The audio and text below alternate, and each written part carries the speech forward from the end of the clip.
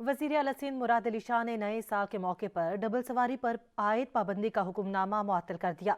सूबाई वजीर इत्तलात शर्जील इनाम मेमन का कहना है कि शहरियों से गुजारिश है कि साल नौ की आमद का जश्न मनाएं, लेकिन हवाई फायरिंग ना करें, सड़कों को जाम ना करें और वन व्हीलिंग से परहेज करें।